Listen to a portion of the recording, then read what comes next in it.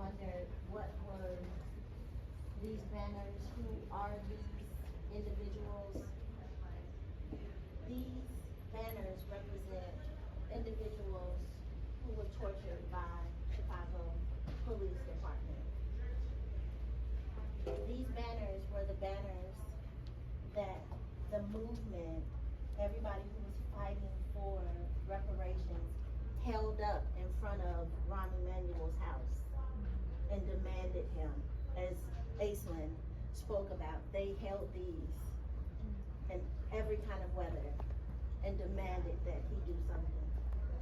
The good news is that many of these torture survivors are free. The sad news is that some of these torture survivors have died in prison waiting for justice. So I'm just gonna give you all a moment. It's very heavy. There are some torture survivors whose names are not here, and that's only because there's still so many of us that we just haven't gotten These to are the them. names of the torture survivors. My name is not up here. Justice Torture Center Kind of in honestly, Chicago. I'm like, I'm free. Let's represent the individuals who are incarcerated and ones who may have passed on.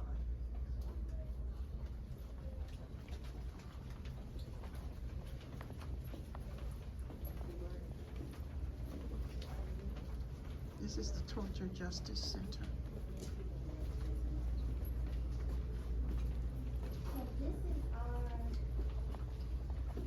makeshift memorial. It is unfortunate that every picture that you see here, they were murdered by the police.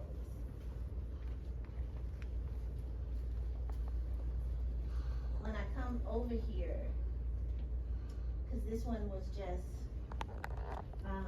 not too long ago, Marcellus Williams, who was killed by the state death row, I'm reminded of his last statement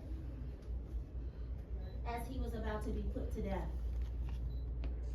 He said, "In all things, all praise is due to Allah." So sometimes I come over here just to remember that it's nothing I'm going through. Because this man was looking at death, sanctioned by the police, and he still said, "Praise God."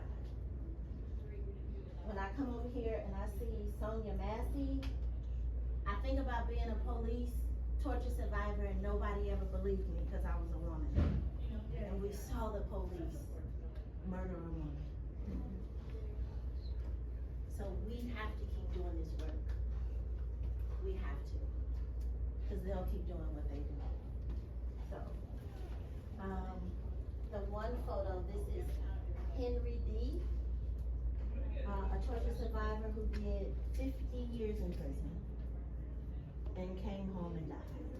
So we honor him because they held him too long. So this is usually a heavy space because it brings us in touch with police brutality, abuse, torture, murder.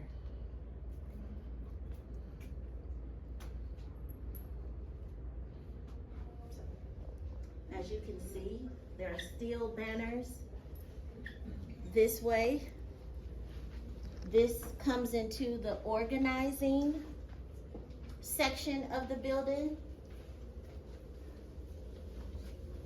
But I do want to share something very, very good. We have a relaxation room as you will pass by. Sometimes people come here, they walk through the door and they're like, I want to read and go in the relaxation room.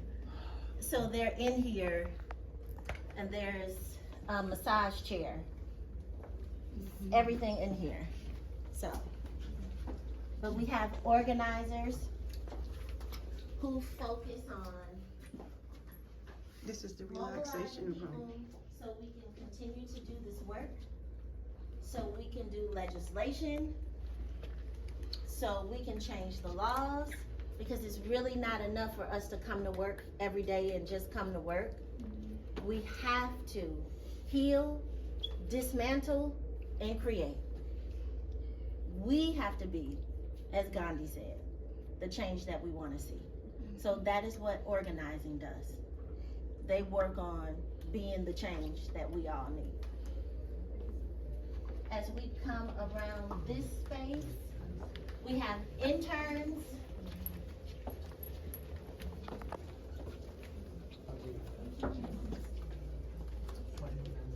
We have a lot of empty offices, but this is a conference room that we have meetings in. Another office, people are always asking us for office space. Another office, interns.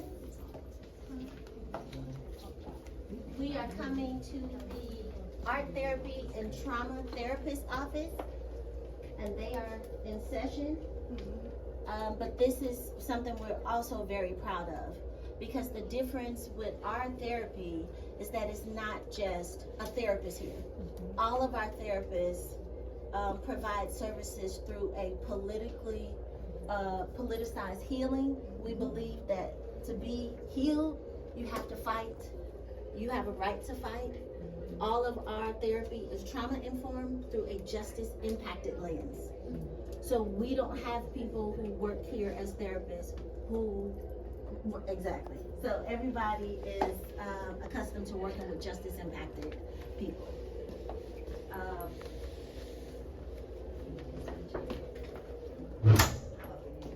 Oh, I'm sorry. This is our new, you're a trauma therapist. Hi. So we have added someone to our therapist team, dream team. Serena, this is Borealis, Jaree, Grantees, it's everybody. They change you. So this is Serena, the newest team member, who is great. We're lucky to have her. I can show you what I just did. That's why I opened the door. I apologize. No, you're okay. Nice to meet you all.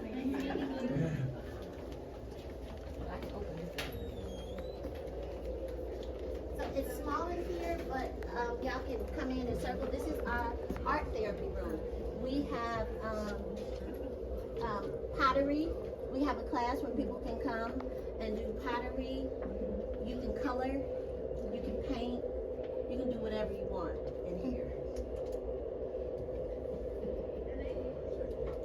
So, as you can see, it's warm. We should have been in here. This is the warmest place.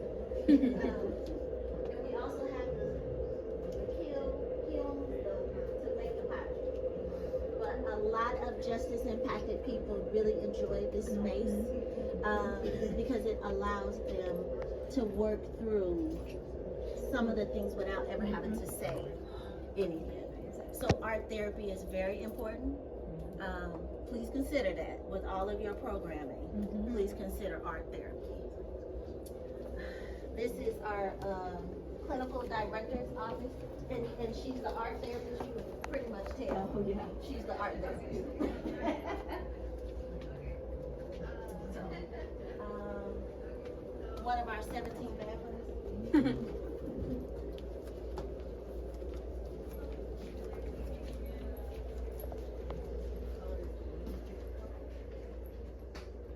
This is the art therapy room.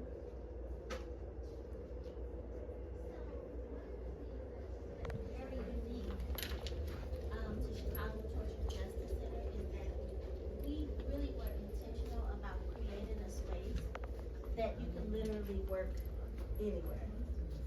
Everyone has an office. As you've seen, there are even empty offices.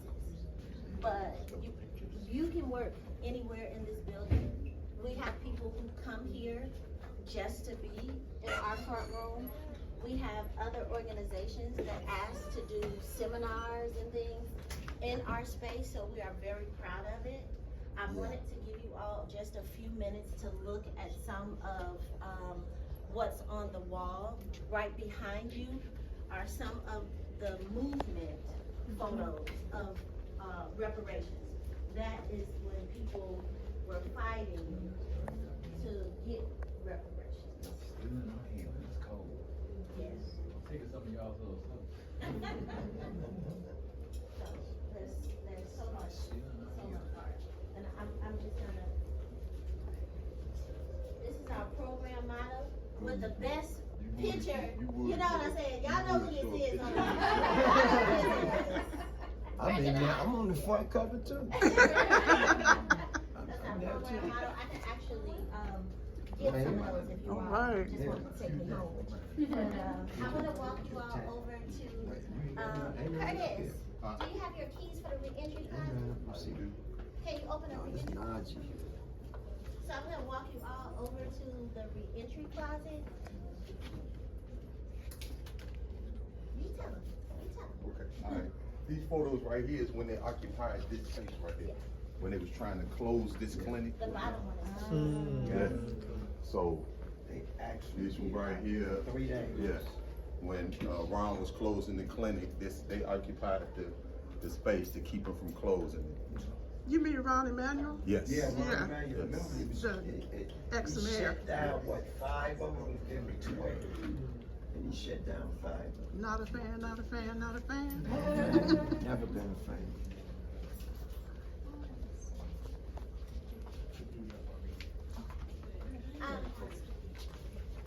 When they asked me to come build out the re-entry program, there were 2 things that I asked for specifically. I asked for a washer and dryer, and I asked for a computer lab, because when I first came home from prison, my mom threatened my life about washing clothes too much. So I knew that it was very important, because that's something else incarcerated that is really a luxury that you probably do every day with regret and resentment.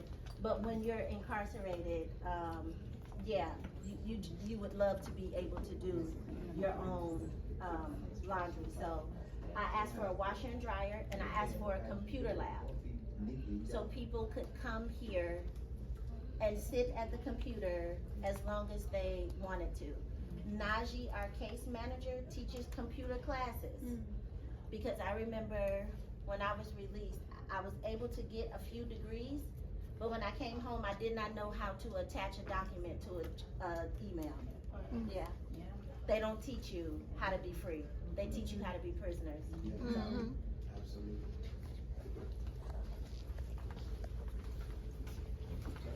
They don't get really teach you. This is our stress-free community art right here. So you can see kids have fun in this. Number 35 of our bathrooms. So here is our computer lab. If you all can make your way, just gather, we can actually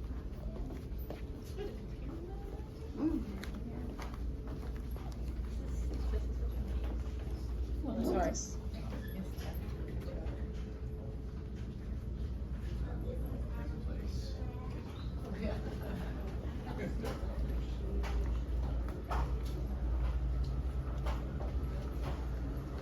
Oh, they got a re-entry closet. Closet closed. So this is our computer lab. Anyone justice impacted, whether they're torture survivors or not, can come here, create resumes, get computer classes. Their family members, that's one thing about the center. We make sure that it is holistic. We don't just say to the survivor, this is for you. Right. I have paid light bills for mothers whose kids are incarcerated. Right. They call and say, my mom said the lights are gonna be turned off. And I know that's one less thing that they have to worry about while they're incarcerated. If they're worried about their family at home, then their time is even harder. I have bought alternators, batteries, school uniforms, work boots, work uniforms. I think that's one of the biggest things we always have to remember, is that life happens, and you can't just make it be, I'm gonna do this. Life happens. So we have to be able to provide support on every level. So, right across the way is the re-entry closet. Oh, I don't wanna forget the washing machine and the dryer. This is my pride and joy. So, we provide the laundry detergent, the bounce sheets. All you have to do is come in the morning and say you wanna, use it, and that's it. We just say sign, just so we'll know how many people are partaking. But you don't need anything but dirty clothes to make use of it. This is the re-entry closet. Again, something I'm very proud of. Very, very proud. We have I just want to show you, we have toiletries that we give out, always taking donations. And we have, and here are backpacks. We open up the backpack, we put towels, soap, deodorant, lotions, everything, journals, pens, envelopes. We also give a $50 Visa card, a $50 Walmart card, and we give bus passes. So, and if some people, depending, we help them get a cell phone as well. So we just do what we can. We have on this side too. We have interview clothing for people who are, pursuing employment. We have everything.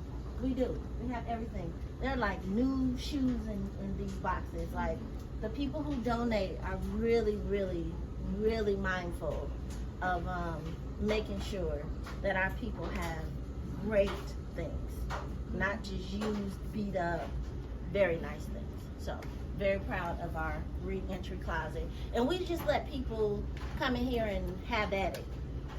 I don't limit what people, they want 2 dress shirts, they want 2 dresses.